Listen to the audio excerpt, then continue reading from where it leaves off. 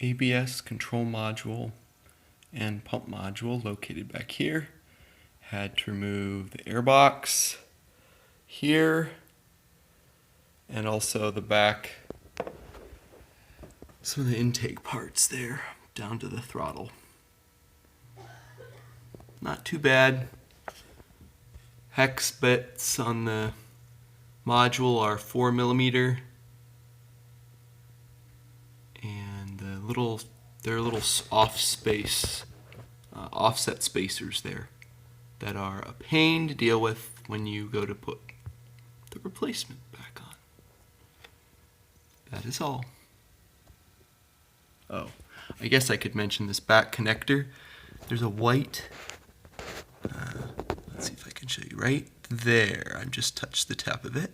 That slides back, and then you have to wiggle the connector loose, the electrical connector. Okay, bye-bye.